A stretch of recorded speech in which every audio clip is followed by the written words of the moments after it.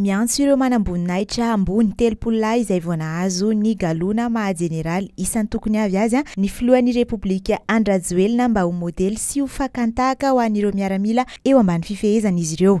Nanentana azy ireo ihany koa ny filohan'ny Repoblika mba hanao ny marina mandrakariva amin'ny asa iandreketany analavitra ny kolikoly ary ahatsiaro mandrakariva ny andraikitra izay sahaniny dia ny fiarovana ny tanindrazana sy ny vahoaka ao aminy. Notanterahina teny amin'ny bataillon parachutiste teny Ivato Androany Zoma ny lanonana fametrahana galona ireto jeneraly ireto.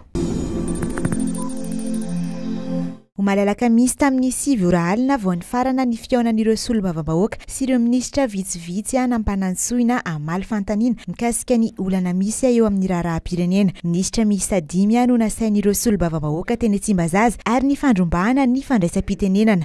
Anisan'ny voaantso teny an-toerana ny minisitra misahana ny rano, ny angovo, ny folo alinday ary ny zandarmaria. Ny vondry ny mpanohitra no namolavola ny fandaharam-potoana ho malalaka misy ka nahafahana nampiditra ity fiaonana ity tao anatin'ny programa ny solombavambahoaka nandritra ny fivorimbe ara-potoana faharoa tamin'ny taona 2024 araka ny lalam-panorenana dia tokony mbola isy ny fiaonana eo amin'ny governemanta iray manontolo sy ny solombavambahoaka mba ahafahan'ireto olom-boafidy ireto mametraka ny fanontaniana mbava amin'ny governemanta ary amalin'ireo mpikambana ao aminy izany.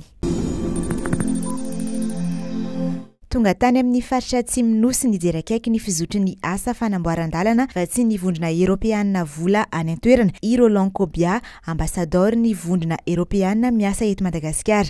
Ny lalam-pirenena faharoa ambin'ny folo sy ny lalam-pirenena fahatelo ambin'ny folo no notsidihiny tamin'izany. Nampatsiahy ny mahazava-dehibe ny fametrahana vahaolana maharitra amin'ny ahafahana miantoka ny faharetan'ny asa fanamboarana i Roland Kobia nandritra ny fitsidiana. Notsindriny tamin'izany ny tokony ametrahana rafitra mpikojakoja ny lalana sy fotodrafitrasa fandanjana ny vesatry ny fiarabe mivezivezy miasa araka ny tokony ho izy. Utapaka ho an'ny fifamoivoizana ny lalam-pirenena fahafito na ny RN7 eo amin'ny PK 461+300 ao amin'ny Fokotany Mahazegny commune Fianarantsoa-Renivohitra manomboka ny sabotsy 7 novambra amin'ny 9 maraina ka hatramin'ny alatsinainy 12 novambra amin'ny 9 maraina. Fanesorana ny tetezam-by eo amin'ny toeran'io no voalaza fa anton'izany fahatapahana izany raha nitatitra avy ao amin'ny ministeran'ny asa vaventy. Tsy isy ny lalam-pivoliana azo ifamoivoizana mandritra izany 3 andro fanamboarana izany ka manentana ireo mpampiasa lalana ny ministera mba anaraka ireo toromarika izay omeny tompon'andraikitra eny an-toerana.